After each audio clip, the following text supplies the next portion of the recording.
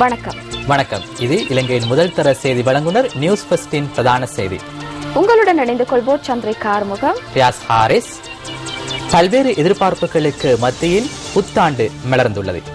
அந்த சகல எதிர்பார்ப்புகளும் மெய்ப்பட வேண்டும் என்றும் மலர்ந்துள்ள இந்த புதிய வருடத்தில் பல வெற்றிகளை ஈட்ட வேண்டும் என்றும் நியூஸ் ஃபர்ஸ்ட் வாழ்த்துகின்றது. விரிவான செய்திகளுக்கு செல்ல முன்னர் முதலில் இன்றைய தலைப்புச் செய்திகள். ஜனாதிபதி வேட்பாளர்கள் சமய அனுஷ்டானங்களுடன் புது வருடத்தை ஆரம்பித்தனர். பிரதியமைச்சர் நந்திமித்ர ஏகநாயக்க மைத்ரிபால சிறிசேனவுக்கு ஆதரவு. வெளிநாட்டில் உள்ள எல்டிடி உறுப்பினர்களுடன் அரசாங்கம் கொடுக்கல் வாங்கல். பாட்டிலி சம்பிக்க ரணவக்க தகவல். வாக்குப்பெட்டிகளுடன் பேரணியாக செல்வதற்கு தடை. போலீஸ் ஊடக பேச்சாளர் அறிவிப்பு.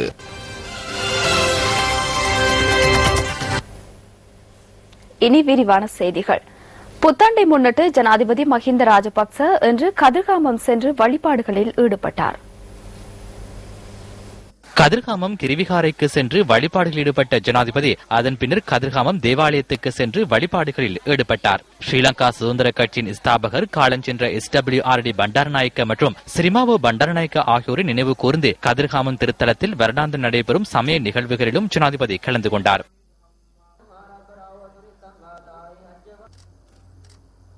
அத்துடன் கதிர்காமத்துக்கு இன்று வழிபாடுகளுக்காக வந்திருந்த மக்களோடு ஜனாதிபதி கலந்துரையாடினார்.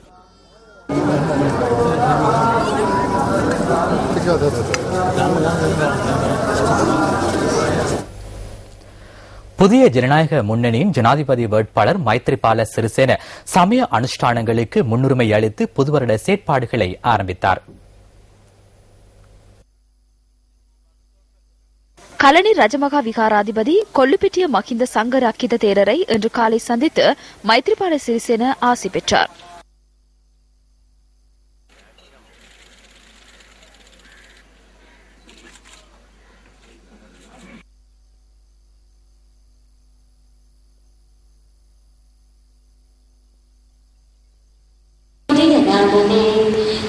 இதேவேளை மைத்ரிபால சிறிசேன இன்றைய தினம் ஏனைய மதஸ்தலங்களுக்கும் சென்று ஆசீர்வாதம் பெற்றுக் கொண்டார். மலர்ந்துள்ள 2015 ஆண்டு சுபீட்சத்துடன் அமைய வேண்டும் என நாடு முழுவதிலும் உள்ள மதஸ்தலங்களில் விசேட பூஜை வழிபாடுகள் இடம்பெற்றன. மலர்ந்துள்ள புதிய வருடத்தை முன்னிட்டு கொழும்பு, கொச்சிக்கடை, பொன்னம்பல வாணேஸ்வரர் ஆலயத்தில் விசேட பூஜை வழிபாடுகள் இடம்பெற்றன. கொழும்பு, கொச்சிக்கடை புனித அந்தோணியார் தேவாலயத்திலும் புத்தாண்டு ஆராதனைகள் நடைபெற்றதுடன் பெருந்திரளான பக்தர்கள் கலந்து கொண்டிருந்தனர். இதேவேளை முகத்துவார மிஸ்பா மிஷனரி தேவாலயத்திலும் புது வருடத்தை முன்னிட்டு நள்ளிரவு ஆராதனைகள் இடம்பெற்றன. வத்தளை கிறிஸ்தவ குடும்ப தேவாலயத்தில் இடம்பெற்ற ஆராதனைகளில் பக்தர்கள் கலந்து கொண்ட காட்சி எமது கேமராவில் பதிவானது. இதேவேளை நல்லூர் கந்தசுவாமி கோவிலில் புதுவருட பூஜைகள் வெகு சிறப்பாக இடம்பெற்றன.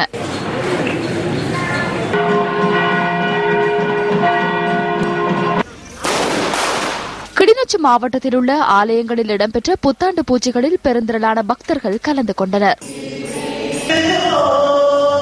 வவுனியா ரம்பிக்குளம் அந்தோணியார் ஆலயத்தில் 2015 ஆண்டை வரவேற்று இடம்பெற்ற ஆராதனைகளில் அதிகளவிலான பக்தர்கள் கலந்து கொண்டனர். வவுனியா குடியிருப்பு சித்தி விநாயகர் ஆலயத்தில் இடம்பெற்ற புதுவருட சிறப்பு பூஜைகள் எமது கேமராவில் இவ்வாறு பதிவானது. புதுவருடத்தினை முன்னிட்டு களுவாஞ்சிக்குடி போலீஸ் நிலையத்தில் விசேட நிகழ்ச்சிகள் ஏற்பாடு செய்யப்பட்டிருந்தன. மலர்ந்திருக்கும் புத்தாண்டு சாந்தியும் சமாதானமும் நிறைந்ததாக அமைய வேண்டும் என பிரார்த்திக்கும் வகையில் மட்டக்களப்பு களுவாஞ்சிக்குடி பிள்ளையார் ஆலயத்திலும் புதுவருட விசேட பூஜை வழிபாடுகள் நடைபெற்றன. இதேவேளை மட்டக்களப்பு மறைமாவட்ட புனித மரியன்னை பேராலயத்தில் நேற்று நள்ளிரவு இடம்பெற்ற ஆராதனை காட்சிகள் எமது கேமராவில் பதிவானது. மட்டக்களப்பு மயிலம்பாவளி காமாட்சி ஆலயத்திலும் விசேட புதுவருட பூஜை வழிபாடுகள் இடம்பெற்றன. ஏறாவூர் ஸ்ரீ வரசித்தி விநாயகர் ஆலயத்தில் நடைபெற்ற பூஜை வழிபாட்டில் அங்குள்ள மக்கள் கலந்து கொண்டிருந்தனர். திருகோணமலை கோணேஸ்வரர் ஆலயம் மற்றும் திருகோணமலை பத்ரகாளியம்மன் ஆலயம் ஆகியவற்றில் இடம்பெற்ற புதுவருட பூஜைகளில் பெருந்திரளான மக்கள் கலந்து கொண்டனர். ஹட்டன் ஸ்ரீ மாணிக்க பிள்ளையார் ஆலயத்திலும் புத்தாண்டு விசேட பூஜைகள் இடம்பெற்றன. புத்தளம் கட்டைக்காடு புனித சவேரியார் ஆலயத்தில் புதுவருட நள்ளிரவு ஆராதனைகள் நடைபெற்றன. உயர்கல்வி பிரதி அமைச்சராக செயற்பட்ட நந்திமித்ர ஏகநாயக்க புதிய ஜனநாயக முன்னணியின் ஜனாதிபதி வேட்பாளர் மைத்ரிபால சிறிசேனவுக்கு ஆதரவு தெரிவிப்பதாக இன்று அறிவித்தார். கொழும்பில் இன்று இடம்பெற்ற ஊடக சந்திப்பில் கலந்து கொண்டு உரையாற்றும் பொழுதே அவர் இந்த விடயத்தினை குறிப்பிட்டார். தமது ராஜினாமா கடிதத்தை அனுப்பி வைத்த பின்னர் நந்திமித்ர ஏகநாயக்க முன்னாள் ஜனாதிபதி சந்திரிகா பண்டாரநாயக்க குமாரதுங்கவுடன் ஊடகவியலாளர் சந்திப்பில் கலந்து கொண்டார்.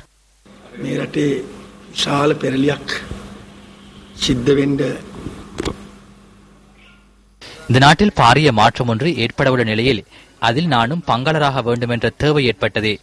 அவர் நாட்டுக்கு தலைமைத்துவத்தை வழங்குவதற்கு முன்வந்தமை நாட்டின் பாக்கியமாகும். விவசாய மண்ணில் பிறந்த ஒருவர் கடந்த காலத்தை பார்க்கின்ற பொழுது யுத்தத்தின் பின்னர் அனைவரும் சிறந்த முறையில் வாழ முடியும் என்ற நிலை உருவாகும் என எதிர்பார்த்தார்கள். எங்களை போன்று நிரந்தரமற்ற வாழ்க்கையை வாழ்கின்ற இந்த வரப்பிரசாதங்களை விட்டு வர முடியாமல் இல்லை. எனவே நான் தீர்மானம் எடுத்தேன். தனிப்பட்ட ரீதியில் எந்த குரோதமும் இல்லை. இது நபர் போராட்டமல்ல, கொள்கை ரீதியிலான போராட்டமாகும். 18வது திருத்தத்துக்கு நானும் கையை உயர்த்தினேன். அதற்கு நாம் நாட்டு மக்களிடம் மன்னிப்பு கூற வேண்டும்.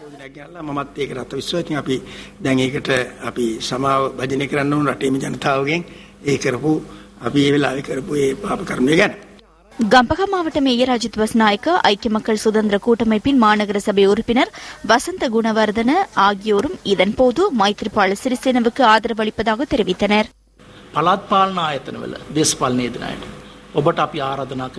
உள்ளூராட்சி மன்றங்களை பிரதிநிதித்துவப்படுத்துகின்ற அரசியல்வாதிகள் உண்மையை புரிந்து கொண்டு எம்மோடு இணைந்து கொள்ளுமாறு நாம் அழைப்பு விடுக்கின்றோம். கொள்கை ரீதியிலான தீர்மானங்களை எடுத்தமையினால் எமது வாழ்க்கையை இந்த மக்களிடம் ஒப்படைக்கின்றோம்.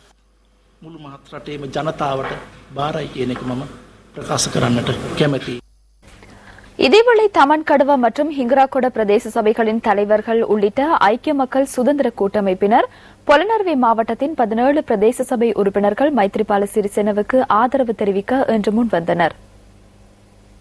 மைத்ரிபால சிறிசேனவுக்கு ஆதரவு தெரிவிக்க முன்வந்துள்ள இவர்கள் புலனறுவையில் இன்று ஊடகவியலாளர் சந்திப்பொன்றில் கலந்து கொண்டனர். தமன்கடுவ பிரதேச சபையின் தலைவர் ஹேமசிறி முனசிங்க, ஹிங்குராகொட பிரதேச சபையின் தலைவர் சுசந்த ஞானரத்ன, திம்புலாக்கல பிரதேச சபையின் உப தலைவர் புஷ்பகுமார ரணசிங்க மற்றும் லங்காபுர பிரதேச சபையின் உப தலைவர் ஸ்ரீ பந்துலா ஆகியோரும் இவர்களில் அடங்குகின்றனர். இதனைத் தவிர புலனறுவை மாவட்டத்தின் 6 பிரதேச சபைகளின் 13 உறுப்பினர்களும் மைத்ரிபால சிறிசேனவுக்கு ஆதரவு தெரிவிக்கின்றனர். எனது பிரதேச சபையின் 7 உறுப்பினர்கள் இன்று என்னுடன் இந்த பயணத்தில் ஒன்றிணைந்துள்ளனர். இதற்கு முன்னர் இணைந்தவர்களுடன் மொத்தமாக புலனறுவை மாவட்டத்தில் 23 பிரதேச சபை உறுப்பினர்கள் பொது எதிரணியுடன் ஒன்றிணைந்துள்ளனர். எனவே நாட்டில் உள்ள அனைத்து உள்ளூராட்சி மன்ற தலைவர்களிடமும் நான் ஒரு வேண்டுகோளை விடுக்கின்றேன். இந்த நேரத்தில் பொது வேட்பாளர் மைத்ரிபால சிறிசேனவின் வெற்றிக்காக ஒன்றிணையுமாறு கேட்டுக்கொள்கின்றேன். எதிர்வரும் தினங்களில் அவ்வாறு இணைந்து கொள்ளலாம். எம்முடன் இணைந்து கொள்ளுமாறு கௌரவமாக கேட்டுக்கொள்கின்றோம்.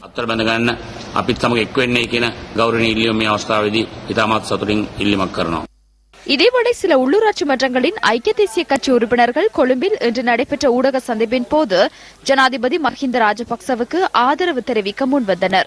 மிகிந்தலை பிரதேச சபையின் எதிர்க்கட்சித் தலைவர் லலித் எதிரிசிங்க, தலாவ பிரதேச சபையின் எதிர்க்கட்சித் தலைவர் சரதிசாநாயக்க, திரப்பன பிரதேச சபையின் எதிர்க்கட்சித் தலைவர் KP முனசிங்க, மினுவாங்கொட பிரதேச சபையின் எதிர்க்கட்சித் தலைவர் சந்திக மாரம்பிட்டி ஆகியோர் இந்த தீர்மானத்தினை மேற்கொண்டுள்ளனர்.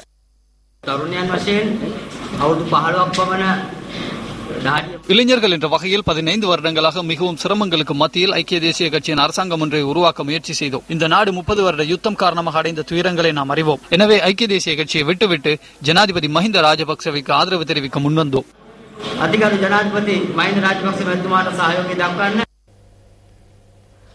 ஐக்கிய மக்கள் சுதந்திர கூட்டமைப்பு இன்று முற்பகல் ஊடக சந்திப்பொன்றை ஏற்பாடு செய்திருந்தது.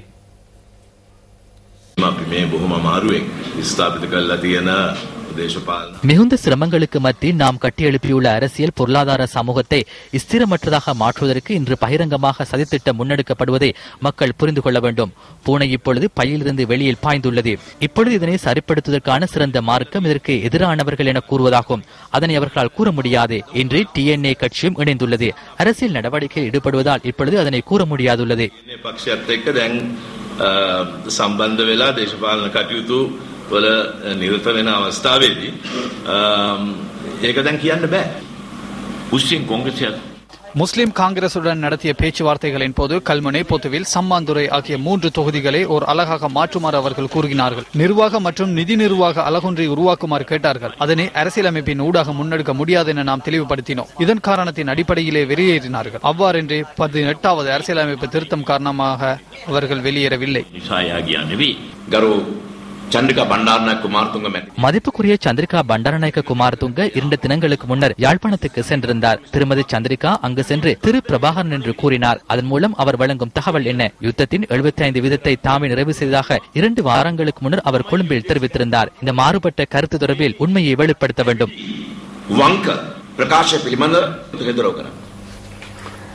யாழ்ப்பாணத்தில் நடைபெற்ற கூட்டத்தின் போது தாம் தெரிவித்த கருத்து தொடர்பில் ஆளுங்கட்சியினரால் முன்வைக்கப்பட்டுள்ள விமர்சனங்களுக்கு முன்னாள் ஜனாதிபதி சந்திரிகா பண்டாரநாயக்க குமாரதுங்க இன்று ஏற்பாடு செய்யப்பட்டிருந்த ஊடக சந்திப்பில் பதிலளித்துள்ளார். 30 වෙනිදා සවස යාපනයේ අපේ පොදු අපේක්ෂකතුමාගේ 30ஆம் தேதி யாழ்ப்பாணத்தில் எமது பொது வேட்பாளரின் கூட்டம் ஒன்று நடைபெற்றது. நானும் அதில் கலந்து கொண்டு உரையாற்றினேன். சிங்கள மொழியை விடவும் தமிழ் மக்களுக்கு நன்றாக ஆங்கிலம் தெரியும் என்பதனால் அது மொழிபெயர்க்கப்பட்டது. பிரபாகரன் வீரனாக உயிரிழந்தார் என நான் கூறியதாக ரம்புக்வெல்ல தெரிவித்தார். அது முற்றாக உண்மைக்கு புறம்பானது. அவர் வீரர் அல்ல, கொலைக்காரராகும். அதிகார வரி கொண்ட கொலைக்காரராகும். இன்று தெற்கிலும் அதிகார வரி பிடித்த தலைவர் இருக்கின்றார். ரம்புக்வெலவுக்கு எதிராக சட்ட நடவடிக்கை எடுக்கப் போகின்றேன். கேலியாகவே நான் திரு பிரபாகரன் என்று கூறினேன். ஆங்கில மொழி உரைநடை புரியாததற்கு என்னால் ஒன்றும் செய்ய இயலாது. ஐக்கிய தேசிய கட்சி ஆட்சியை கைப்பற்றி எனது அரசாங்கம் ஆட்சிக்கு வந்தபோது 94ஆம் ஆண்டு சிறு சிறு பகுதிகளை தவிர கிழக்கு விடுதலை பெற்றிருந்தது. எனது அரசாங்கம் யாழ்ப்பாணத்தை விடுவித்தது. நான் என்று என்னையே நான் கூறிக்கொள்வதில்லை. தனியொருவராக நான் செய்தேன் என கட் அவுட் பொருத்தவும் இல்லை. எனது ஆட்சியில் எனது தலைமைத்துவத்தின் கீழ் படைத்தளபதிகள், எமது படை வீரர்கள் அவர்களின் உயிர்களை பணயம் வைத்து அதனை மேற்கொண்டார்கள். ஆனால் யுத்தத்தில் ஒரு பகுதியை அவர் வெற்றி கொண்டார் என்பதற்காக ஒட்டுமொத்தத்தையும் அவராகவே செய்ததாக காட்டிக்கொண்டு நாட்டு மக்கள் நிரந்தரமாகவே ராஜபக்சகளின் அதிகாரத்தில் வைத்திருக்க வேண்டும் என கூறுவதையே நான் நிராகரிக்கின்றேன்.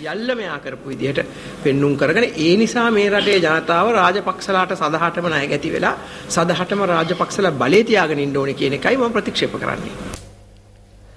ஜனாதிபதி வேட்பாளர் மைத்ரிபால சிறிசேனவின் விஞ்ஞாபனம் தொடர்பில் ஆளும் தரப்பினால் முன்வைக்கப்படுகின்ற விமர்சனங்களுக்கு ஜாத்திக ஹெலோருமையை இன்று பதிலளித்துள்ளது.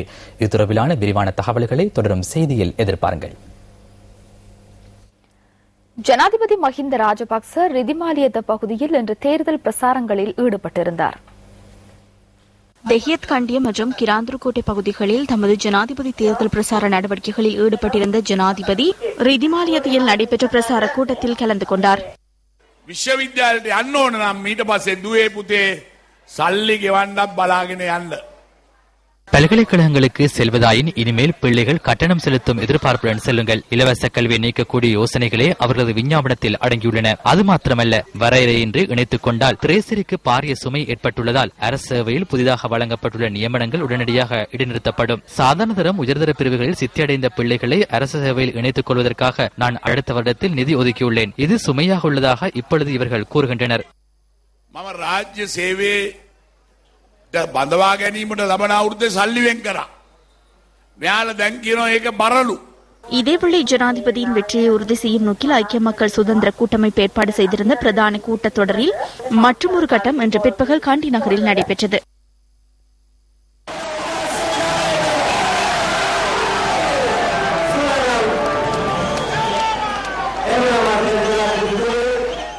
අපි මේ අවුරුද්ද ඉවර කරන්නේ මේ රටේ நாட்டில் 99% மின்சாரத்தை விநியோகித்துவிட்டே நாம் இந்த வருடத்தை நிறைவு செய்கின்றோம். நாட்டில் உள்ள குடிசைகளை மாற்றிவிட்டே அடுத்த வருடத்தை நாம் நிறைவு செய்வோம். மேலும் 2 வருடங்களில் எமது பிள்ளைகளின் தொழில் பிரச்சனைகளுக்கு முற்றாக தீர்வு வழங்கும் திசைக்கு ஜனாதிபதி மஹிந்த ராஜபக்ச நாட்டை முன்னெடுத்துச் செல்வார்.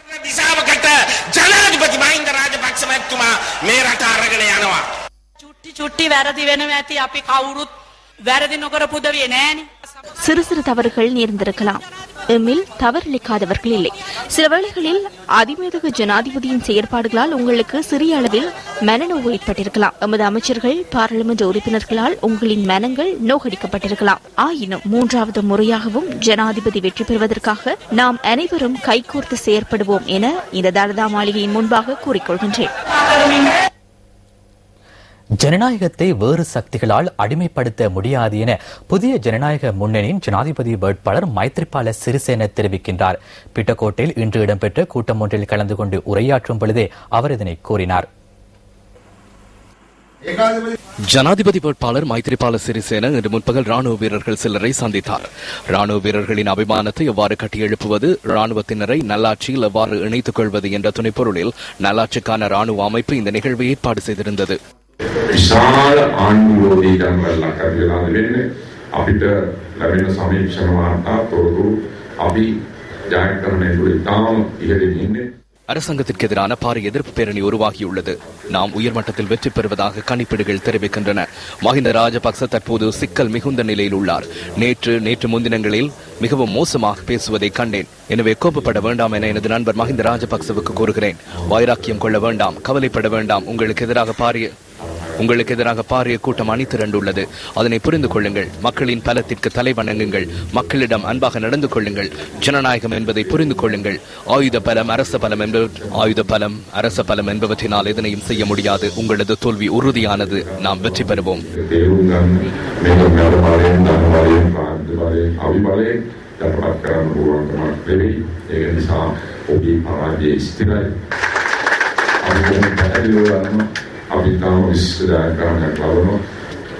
මාව බලන්න එපා. තමුන්නාන්සේලා අතීතයේ දැනගෙන ඉන්න ජෙනරල් ෆොන්සේකාව බලපු විදියට. අවද අවුරුදු 5ක දේශපාලනඥයෙක්.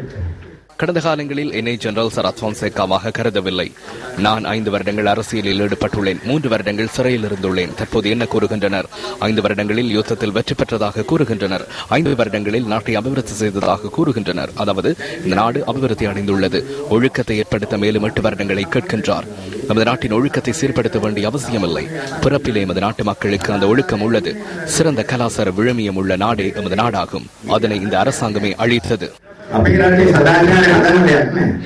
ඒවා මේ රටේ සියලුම ජාතියක උත්පත්තියම තියෙන දේවල්. අපේ ලස්සන සංස්කෘතියක් කියන රටක්. ඒවා කෑවේ, ඒවා විනාශ කරේ, ඒ කාලකන්ණී විදියට ඒවා නාස්ති කරේ මේ පාලකයා. ஐக்கிய தேசிய கட்சியின் பிரதி தலைவர் சஜித் பிரேமதாச ஹம்பாந்தோட்டையில் இன்று இடம்பெற்ற கூட்டத்தில் கலந்து கொண்டார்.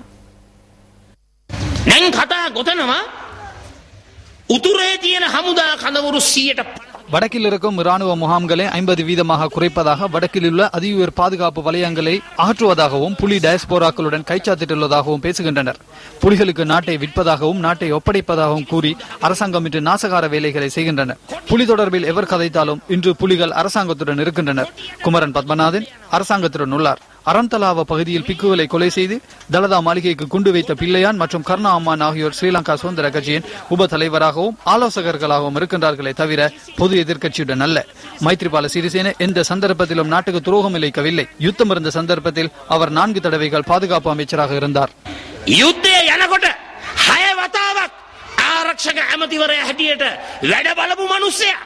ஐக்கிய தேசிய கட்சியின் பிரதி தலைவர் சஜித் பிரேமதாசவின் தலைமையில் ஹம்பாந்தோட்டை ரன்ன பகுதியில் இன்று மக்கள் சந்திப்பு இடம்பெற்றது.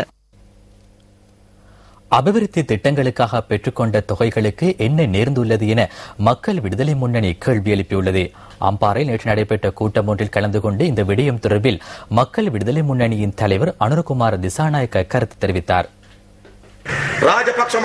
ராஜபக்சவின் ஆட்சி காலத்தில் 5,80,000 கோடி ரூபாவை கடன் தொகையாக பெற்றுள்ளனர். சனத்தொகையோ 2 கோடியாகும். இந்த கடன் தொகையின் மூலம் என்ன செய்தீர்கள் என நாம் பாராளுமன்றத்தில் வினவினோம். ஒரு பதில் கூட வழங்கவில்லை. எனவே ஜனவரி மாதம் 8ஆம் தேதி ராஜபக்சவை வீட்டுக்கு அனுப்புங்கள். இந்த 5,80,000 கோடி ரூபாவுக்கு என்ன செய்தீர்கள் என்பதை நாம் தெரிந்து கொள்ள வேண்டும். எமது நாட்டையும் எமது பிள்ளைகளையும் அடகு வைத்து இந்த கடன் தொகையை பெற்றுள்ளனர். எனவே 5,80,000 கோடி ரூபாவுக்கு என்ன நேர்ந்தது என்பதை சதக்கணக்கில் இருந்து நாம் காரணங்களை முன்வைப்போம். ஜனவரி மாதம் 8ஆம் தேதியின் பின்னர் ராஜபக்சவை நாம் வீட்டுக்கு அனுப்ப வேண்டும்.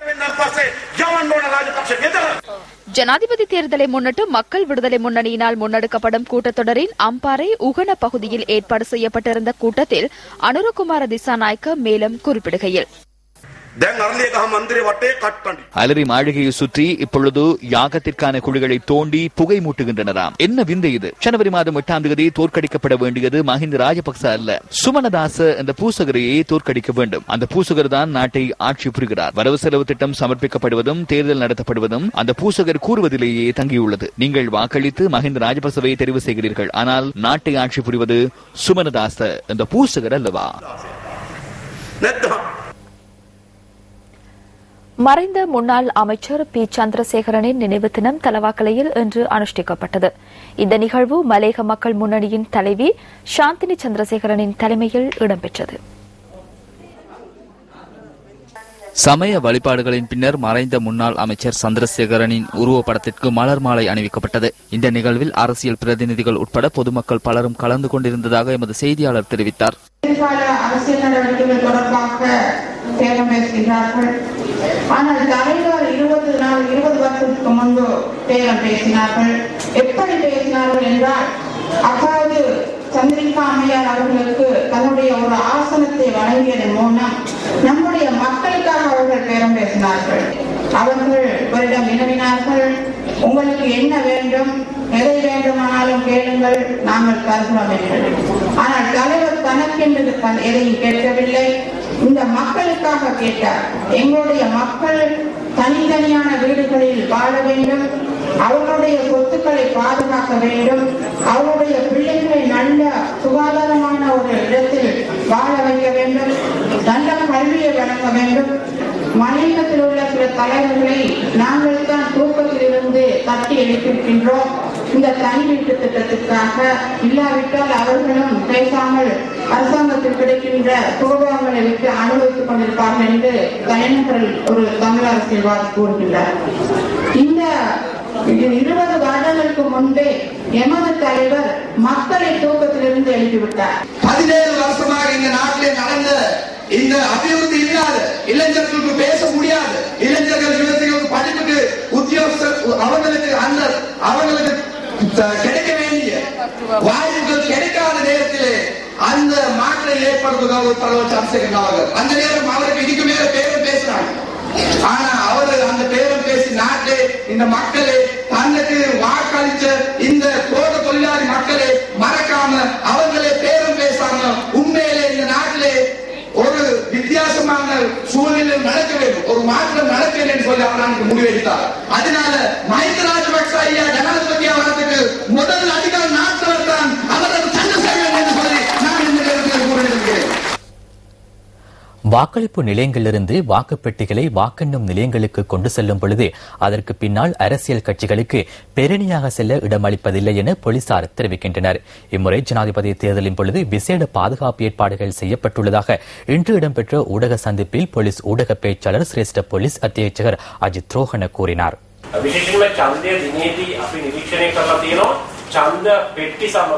குறிப்பாக தேர்தல் தினத்தில் வாக்குப்பெட்டிகளை வாக்கெண்ணும் நிலையங்களுக்கு கொண்டு செல்லும் போது மோட்டார் சைக்கிள்களிலும் வாகனங்களிலும் பேரணியாக செல்வதை நாங்கள் அவதானிக்கின்றோம். அதற்கு நாம் இடமளிப்பதில்லை. இது முற்றாக தடை செய்யப்படுகின்றது. வாக்கெண்ணும் நிலையங்களுக்கு அருகில் நடமாடுதல், தெரிவத்தாட்சி அதிகாரியின் அனுமதியின்றி உள்நுழைதல் என்பனவற்றுக்கு இடமளிக்கப்பட மாட்டாது. அவ்வாறு செயற்படுகின்றவர்களை கைது செய்வதற்கு விசேட அதிரடி படையினருக்கு ஆலோசனை வழங்கியுள்ளோம்.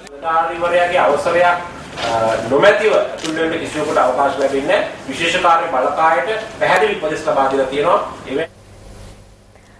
மட்டக்களப்பு களுவாஞ்சிக்குடி பகுதியில் நடைபெற்ற நிகழ்வொன்றில் கலந்து கொண்ட மேல்குடியேற்ற பிரதி அமைச்சர் விநாயகமூர்த்தி முரளிதரன் கருத்து தெரிவித்தார். அரசாங்கத்திலிருந்து விலையிலிக்கார்கள் ஒழுங்கான மானியம் உள்ளாக்கலண்டா மாநசபை ரிசைன் பண்ணலேனும் கிழக்கு மாநசபையிலிருந்து ரிசைன் பண்ணிக்கிறோம்ல அங்க இருக்காங்க அமைச்சர்.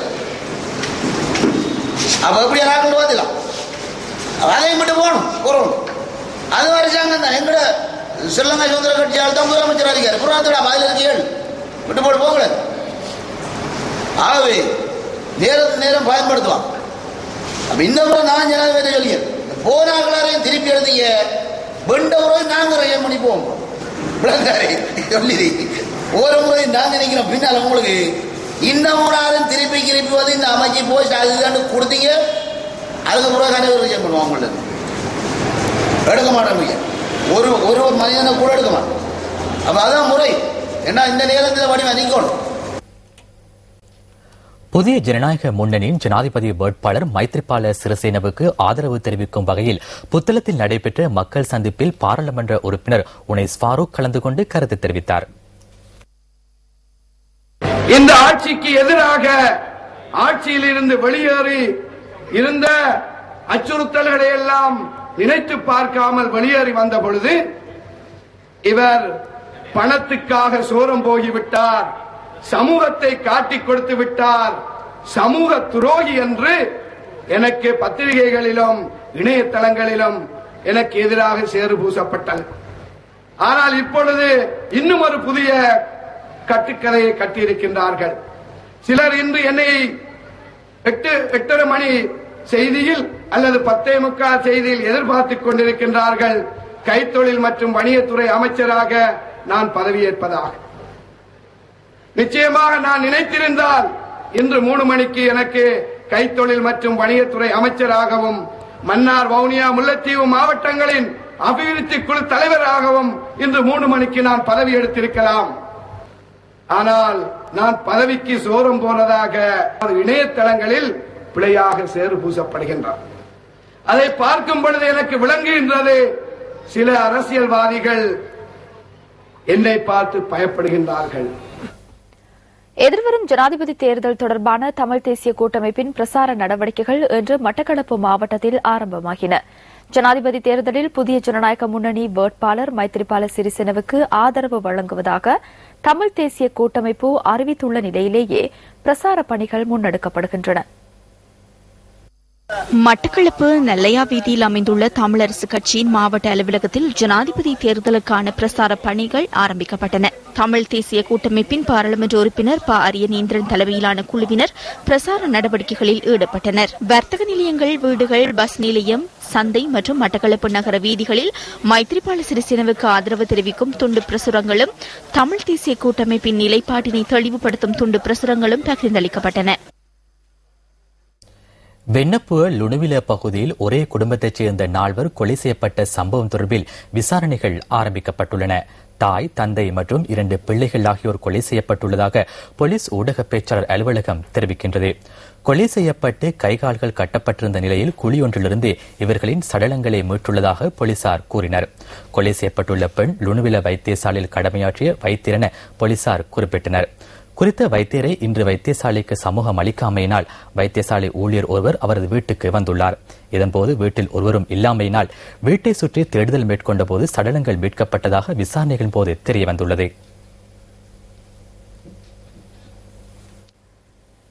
சர்வதேச நாடுகள் 2015ஆம் ஆண்டு புது வருடத்தை வரவேற்ற காட்சிகள் அடுத்து.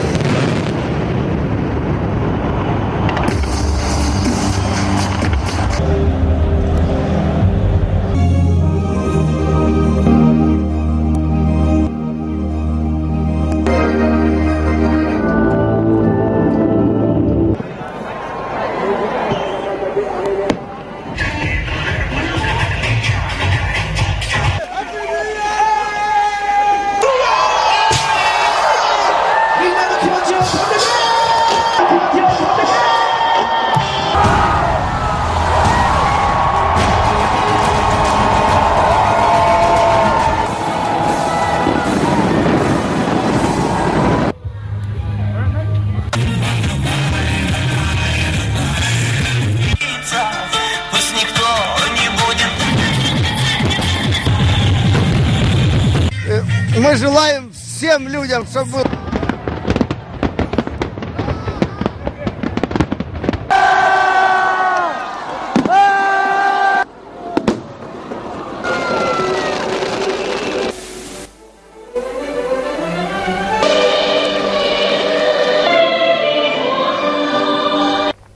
இத்துடன் நியூஸ் ஃபர்ஸ்டின் 8 மணி பிரதான செய்தி நிறைவு பெறுகின்றது. தொடர்ந்து இன்று அரசியல் நிகழ்ச்சியுடன் இணைந்திருங்கள். வணக்கம்.